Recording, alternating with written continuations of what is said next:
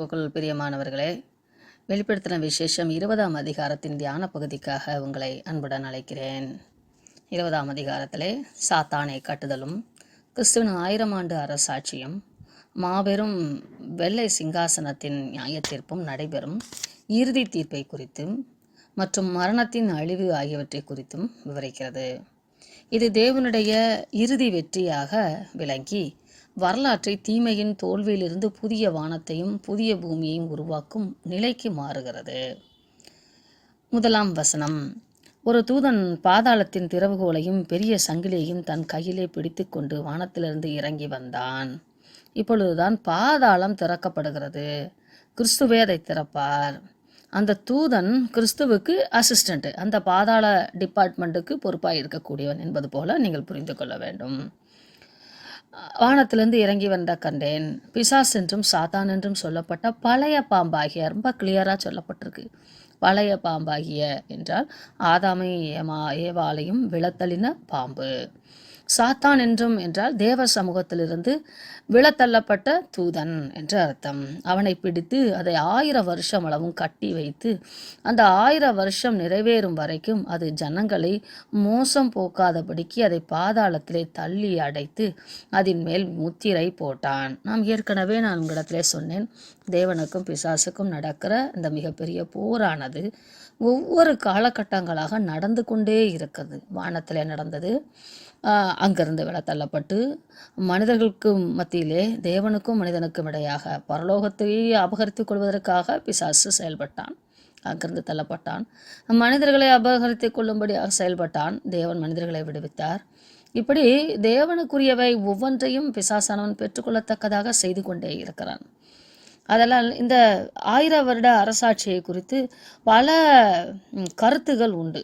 அந்த பல கருத்துக்களை நாம் வேதத்தை புரிந்து கொள்வதற்கும் நம்புவதற்கும் விசுவாசிப்பதற்கும் அதை குறித்தான எச்சரிப்பை, இது நடக்கும், எப்படி நடக்கும் என்று மனிதன் அதை சொல்ல முடியாது. ஆண்டவர் இந்த பூமியை 7 நாட்களிலே உருவாக்கினார். அண்ட சராசரத்தை 6 நாட்களிலே உருவாக்கினார் என்று சொல்லி நாம் பார்க்கிறோம். 7 நாளிலே ஒட்டுமொத்த மனித இயலும் அடங்கி விடுகிறது என்று பார்க்கிறோம். அது தேவனின் நாட்கள். மனிதனுடைய நாட்கள் என்பது நம்மால் சொல்லி முடியாது. நம் மனிதனுடைய நாட்களிலே இவைகளை செய்ய வேண்டும் என்றால் அவைகள் ஒவ்வொன்றும் ஆராய்ந்து முடிவதற்கே இன்னும் மனிதர்கள் பிறக்கவில்லை. அப்படிப்பட்ட ஒரு தன்மையுடையதான் படைப்பு. அதனால் தேவனை நமது அறிவுக்கு உட்பட்டு ஆராய்வது, அவருடைய அரசாட்சியை ஆராய்வது, அவருடைய நாட்களை ஆராய்வது என்பது நம்மால் இயலாத ஒன்று. இதை புரிந்து கொள்ள வேண்டும். எந்த ஒரு மனிதனும் 1000 வருடம் அரசாட்சி செய்யும் தைரியமோ வல்லமையோ கிடையாது. நாம் மனிதர்களுக்கு நமக்கு குறிப்பிட்டிருக்கிற வயது என்பது 70 வயது தான். 70, 80, 100, மிஞ்சி போனால் 120, அவ்வளவுதான். ஆனால் தேவன் 1000 வருடம் அரசாட்சி செய்கிறவர் என்றால் முழுமையை சொல்லப்பட்டிருக்கிறது. இன்னொரு விதமாக இதை நாம் பார்க்கும்போது ஆதாமை தேவன் நித்தியமாக தம்மோடு இருக்கும்படியாக படைத்தார் என்று பார்க்கிறோம். அவன் பூரணமாய் வாழ வேண்டியவன் குறைந்த அவர் ஆண்டவர் அவனுக்கு 1000, அதாவது நிறைவான முழுமையான எல்கையற்ற அப்படிப்பட்ட ஒரு வாழ்வை ஆதாமுக்கு தேவன் நியமித்திருந்தார். கீழ்ப்படியாமை நிமித்தமாக அவனுடைய ஆயுள் காலம் 1000 என்ற முழுமையிலிருந்து குறைக்கப்படுகிறது என்பதை நாம் பார்க்கிறோம். ஆனால் இயேசு கிறிஸ்துவானவர் அதை நிறைவேற்ற வேண்டும். மனிதனுடைய வாழ்க்கையின் ஒவ்வொரு இயலிலும் ஏற்பட்ட குறைகளை கிறிஸ்து நிறைவேற்றி கொண்டே வருவார். அதைத்தான் இங்கே நாம் புரிந்து கொள்ள வேண்டும். அந்த 1000 வருஷம் நிறைவேறும் வரைக்கும் அது ஜனங்கள் மேல் மோசம் போக்காதபடிக்கு அதை பாதாளத்திலே தள்ளி அடைத்து அதன் மேல் முத்திரை போட்டான். இப்போ பிசாசுக்கு ஒரு சர்டன் பவர் குறைக்கப்படுகிறது. அதற்கு பின்பு அது கொஞ்ச காலம் விடுதலையாக வேண்டும்.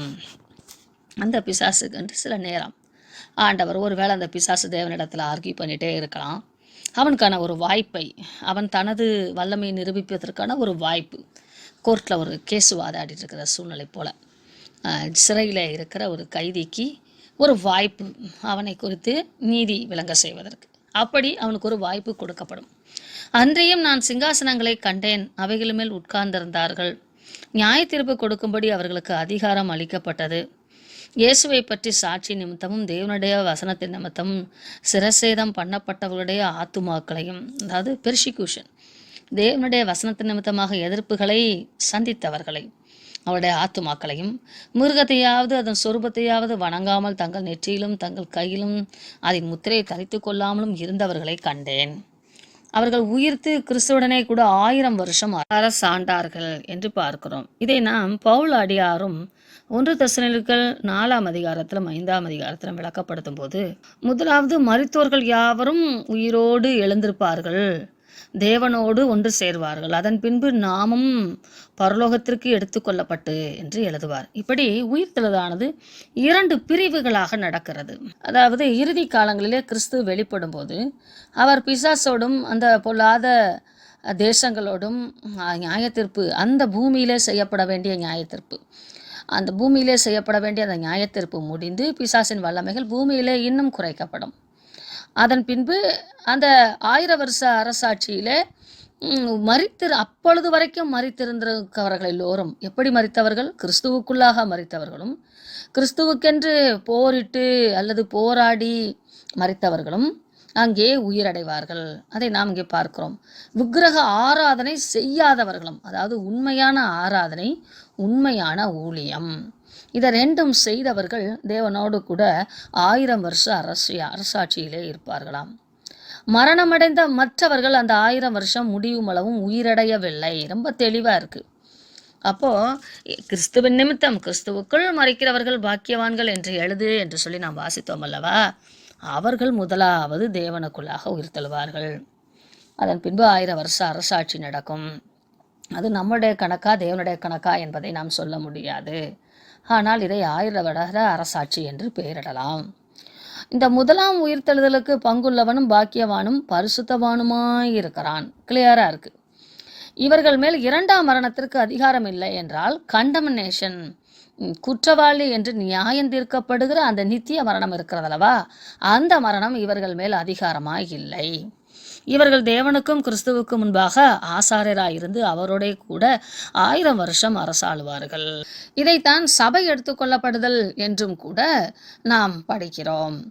இப்படி நடந்து முடிந்த பின்பு சாத்தான் காவலிலிருந்து விடுதலையாகி மீண்டும் ஒரு வாய்ப்பு அவனுக்கு கொடுக்கப்படுகிறது. பூமியின் 4 திசைகளில் உள்ள ஜாதிகளாகிய கோகையும் மாகோகையும் மோசம் போக்கும்படி அவர்களை யுத்தத்திற்கு கூட்டிக் கொள்ளும்படிக்கு புறப்படுவான். அவர்களுடைய தொகை கடற்கரை மணத்தனையாய் இருக்கும். கோகு மாகோகு இந்த 2ஐயும் குறித்து எசேக்கியேலின் புத்தகம் 38-39ஆம் அதிகாரத்திலே வாசிக்கிறோம். கோகு என்பவன் மாகோகு தேசத்தின் ராஜாவாகவும், அதாவது கோகு அரசாளுகிற தேசத்தின் பெயர் மாகோகு, அந்த மாகோகு தேசத்தின் ராஜாவாக கோகு இருக்கிறான். மேசேக் தூபால் ஆகிய ஜாதிகளின் முக்கிய அதிபதியாகவும் இருந்தான். இதை நம்ம இதில் மாகோகு, மேசேக்கு, தூபால் என்பவை யாபேத் என்பவர்களின் குமாரரின் பெயர்களாக குறிப்பிடப்படுகின்றன. இதை ஆதியாமம் 10:12 நாம் வாசிக்கலாம். எனவே இங்கு வர்ணிக்கப்பட்டிருக்கிற வருங்காலத்தில் நடக்கவிருக்கும் யுத்தம் யாபேத்தின் சந்ததியாரின் தலைமையில் நடக்கும். தீமைக்கு தேவனை எதிர்க்கும் காரியங்களுக்கும் அடையாளமாக கோகு சொல்லப்பட்டிருக்கிறான். இதை வெளிப்படுத்துகிற விஷயத்தில் நம்ம வாசித்து கொண்டிருக்கிறோம். இதை நாம் எசேக்கியேல் 38-39 அதிகாரங்களிலும் வாசிக்கலாம்.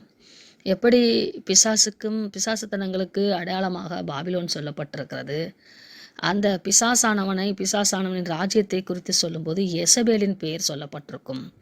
அதே போல தேவனுக்கு விரோதமாய் வருகிறவர்களுடைய அடையாளம், மனிதர்கள் நாம் புரிந்து கொள்வதற்காக நமக்கு கொடுக்கப்பட்டிருக்கிற அடையாள பெயர்கள் தான் இந்த கோகு மாகோகு. அதாவது தேவனுக்கு விரோதமாக இருப்பவர்களும் பிசாசோடு கூடிக்கொண்டு தேவனுடைய சித்தத்திற்கு விரோதமாக போரிடுகிறவர்களுமாய் இருக்கிறார்கள். அந்த போரிடுகிறவர்களின் படைகளின் தளபதிகளாக, ராஜாக்களாக இருக்கிறார்கள் என்று அர்த்தம். அவர்கள் பூமி எங்கும் பரம்பி பரிசுத்தவான்களுடைய பாளையத்தையும் பிரியமான நகரத்தையும் வளைந்து கொண்டார்கள். அப்பொழுது தேவனாலே வானத்திலிருந்து அக்கினி இறங்கி அவர்களை பட்சித்து போட்டது. கடைசி வரைக்கும் யுத்தம் எருசலேமின் மையமாக வைத்து நடந்து கொண்டே இருக்கிறது. பூமி இன்னும் அழிக்கப்படவில்லை. ஏனெனில் கிறிஸ்துவுக்குள் மறியாதவர்களுடைய மரணம், அவருடைய உயிர்த்தெழுதலும், வெள்ளை சிங்காசன நியாயத்தீர்ப்பும் உண்டு. ஆதலால் பூமி இன்னும் பார்ஷலா அழிவு பெற்றிருக்கிறது, முழுமையான அழிவு பெறவில்லை. இப்படி மோசம் போக்கின பிசாசையும் மிருகத்தையும் கள்ளத்தீர்க்கதரிசிகளையும் எங்கே அடைத்து வைக்கப்பட்டிருக்கிறதோ அந்த இடத்திலே அக்னியும் கந்தகமான கடலிலே பிசாசும் தள்ளப்பட்டான். அவர்கள் இரவும் பகலும் சதா காலங்களிலும் வாதிக்கப்படுவார்கள். நாம் எப்படி ஆற்றப்படுவோமோ அப்படி தேவனுக்கு பிரியமில்லாதவர்கள், பிசாசானவனோடு கூட சேர்ந்து கொண்டவர்கள், கிறிஸ்துவை நம்பாதவர்கள், நிராகரித்தவர்கள் வாதிக்கப்படுவார்கள். இந்த சம்பவங்கள் எல்லாம் நடந்து முடிந்த பின்பு வெள்ளை சிங்காசன நியாய தீர்ப்பு அமர்வு உண்டாகும். அதை நாம் 11-15 வசனங்கள் வரை வாசிக்கிறோம். இந்த 1000 வருஷ அரசாட்சியை குறித்து பழைய ஏற்பாட்டிலேயும் சொல்லப்பட்டிருக்கிறது. எசாயா 9ஆம் அதிகாரம், 65ஆம் அதிகாரம், தானியேலிலே 7ஆம் அதிகாரம் 13 வசனங்கள், மீகா 4ஆம் அதிகாரம் 1-8, சகரியா 14ஆம் அதிகாரம் 1-9 என்று பழைய ஏற்பாட்டின் பல புத்தகங்களிலே சொல்லப்பட்டிருக்கிறது. சாத்தான் இந்த 1000 வருஷ அரசாட்சியிலே கட்டப்படுவான். இந்த ஆட்சியை கிறிஸ்துவுடன் அவரது உண்மையான சபையாரும் சேர்ந்து நடத்துவார்கள். உயிர்த்தெழுந்த பழைய ஏற்பாட்டு பரிசுத்தவான்களும் இதில் இருக்கலாம். இந்த ஆட்சியின் பிரஜைகளாக உபவத்திர காலத்தில் உண்மையாயிருந்தவர்களும் கர்த்தரின் வருகை மட்டும் ஜீவித்தவர்களும் 1000 வருஷ அரசாட்சியில் பிறந்த பிள்ளைகள் ஆகியோரும் அடங்குவார்கள். ரட்சிக்கப்படாதவர்கள் இவ்வாட்சியில் காணப்பட மாட்டார்கள். கிறிஸ்துவுடன் ஆள்பவர்கள் எல்லா தேசத்துக்கு மேலாயிருந்து இஸ்ரவேலை மற்ற நாடுகளையும் ஆளுவார்கள். உலகம் முழுவதும் சமாதானம், பாதுகாப்பு, செழிப்பு, நீதி இவை நிறைந்திருக்கும். இயற்கையானது அதன் ஆரம்ப சீருக்கும் பூரணத்துக்கும் அழகுக்கும் திரும்பும். உலகம் அனைத்தும் கிறிஸ்துவுக்கும் அவரது ஆட்சிக்கும் உண்மையாக இருக்க வேண்டும் என எதிர்பார்க்கப்படும். 1000 வருஷ அரசாட்சியின் முடிவில் ஆட்சியை இயேசு பிதாவிடம் ஒப்படைப்பார். அதன் பின்பு இறுதியும் நித்தியமான தேவனுடையதுமான ஆட்டுக்குட்டியானவருடையதுமான ராஜ்யம் ஆரம்பமாகும். சிங்காசனத்தில் வீற்றிருக்கிறவரை காண்கிறார் யோவான். அவர் அவரை பார்க்கும்போது பூமி சுத்தமாயிருந்ததாம். பூமி பல முறை சுத்திகரிக்கப்படுகிறது என்பதை நீங்கள் புரிந்து கொள்ளுங்கள். பூமி தனது இயல்பு, தேவன் படைத்த தனது இயல்பிலிருந்து பல முறை தன்னை மாற்றி கொண்டிருக்கிறது என்பதை நீங்கள் புரிந்து கொள்ளுங்கள். பூமியும் வானமும் அகன்று போயின, அவைகளுக்கு இடம் காணப்படவும் இல்லை. மரித்தோராகிய சிறியோரையும் பெரியோரையும் தேவனுக்கு முன்பாக நிற்க கண்டேன். அப்பொழுது புத்தகங்கள் திறக்கப்பட்டன. ஜீவ புத்தகம் என்னும் வேறொரு புத்தகம் திறக்கப்பட்டது. அப்பொழுது அந்த புத்தகங்களில் எழுதப்பட்டவைகளின்படியே மரித்தோர் தங்கள் தங்கள் கிரியைகளுக்கு தக்கதாக நியாய தீர்ப்பு அடைந்தார்கள். இப்பொழுதுதான் கிறிஸ்துவுக்குள் மறியாதவர்களுடைய நியாய தீர்ப்பு உண்டாகிறது. உயிர்த்தெழுதல் உண்டாகிறது. அதன் பின்பு நியாய தீர்ப்பு உண்டாகிறது. சமுத்திரம் தன்னிலுள்ள மரித்தோரை ஒப்புவித்தது. மரணமும் பாதாளமும் தங்களிலுள்ள மரித்தோரை ஒப்புவித்தது. இது இரண்டுமே மரணித்து, சாதாரண மரணமாக மரணித்து அல்லது ஆக்சிடென்ட் மூலியமா அவங்களுக்கு மரணம் ஏற்பட்டு பாதாளம் ரெஸ்டிங் பிளேஸ், சோல் ரெஸ்டிங் பிளேஸில் இருக்கிறவங்கள்ட்ட இருந்து இருக்கிற ஆத்துமாக்கள் எல்லாம் ஒப்படைக்குது. யாவரும் தங்கள் தங்கள் கிரியையின்படியே நியாய தீர்ப்படைந்தார்கள். அவர்கள் எப்படி வாழ்ந்தார்களோ அதுதான் அவருடைய கிரியைகள், அதன்படி நியாய தீர்ப்படைந்தார்கள். அப்பொழுது மரணமும் பாதாளமும் அக்னி கடலிலே தள்ளப்பட்டன. இது 2ஆம் மரணம். அதாவது ஒட்டுமொத்த பாதாளமும் தேவனாலே அக்னிக்குள்ளாக மூழ்கடிக்கப்படுகிறது என்பதை நாம் புரிந்து கொள்ள வேண்டும். பாதாளம் என்கிற ஒரு இடம் உண்டு. பிசாசானவன் அங்கே தள்ளப்படுவான். ஆனால் முழுமையான 2ஆம் மரணத்திற்கு அக்னி கடலுக்குள்ளே தள்ளப்படும் என்பதை 14ஆம் வசனம் சொல்லுகிறது. ஜீவ புத்தகத்திலே என்றென்றும் சமாதானமான வாழ்க்கை வாழ்வதற்கு ஜீவன் மரணம் ரெண்டுக்கும் இடையான போராட்டம் தான் இந்த உலகம். ஜீவ புத்தகத்திலே எழுதப்பட்டவனாகிய காணப்படாதவன் எவனோ அவன் அக்கினி கடலிலே தள்ளப்படுவான். அந்த ஜீவ புத்தகம் கிறிஸ்துவாகிய இயேசுவே. அவரோடு நாம் இணைந்து வாழும்போது, அவருக்குள்ளாக வாழும்போது, அவர் நமக்குள்ளாக வாழ்வதற்கு இடம் கொடுக்கும்போது, அவருடைய பெயர் எங்கெல்லாம் எழுதப்பட்டிருக்குமோ அங்கெல்லாம் நமது பெயரும் எழுதுவதற்கு அவர் முன்மொழிவேன். பிதாக்களுக்கு முன்பாகவும், என் பிதா பரமபிதாவுக்கு முன்பாகவும், என்னுடைய தூதர்களுக்கு முன்பாகவும் அவனுடைய நாமத்தை நான் முன்மொழிவேன் என்று சொல்லியிருக்கிறார். அப்படிப்பட்ட அந்த பாக்கியத்தை உடையவர்களாக வாழ்வதற்கு தேவன் நமக்கு அனுகிரகம் பாராட்டுவாராக. உதாரணமாக ஸ்தேவான் மரிக்கும்போது இயேசு கிறிஸ்துவான் எழுந்திருந்து அவனை வரவேற்றார் அல்லவா? அந்த வரவேற்பு, அந்த அறிமுகம், எல்லோருக்கும் நம்மை அறிமுகப்படுத்தி வைக்கும் அந்த நிகழ்வு, அதற்காக நாம் காத்து, அதற்காக நாம் வாழ்ந்து கொண்டிருக்கிறோம் என்பதை நாம் மறந்து போகக்கூடாது. தேவன் தாமே அந்த பாக்கியத்தை ஜீவ புத்தகத்தில் நம்முடைய பெயரும் இயேசு கிறிஸ்துவான நம்மளை அங்கீகரிக்கும் அங்கீகாரம் நமக்கு உண்டாயிருப்பதற்கு பரிசுத்த ஆவியானவர் உதவி செய்வாராக. ஆமென்.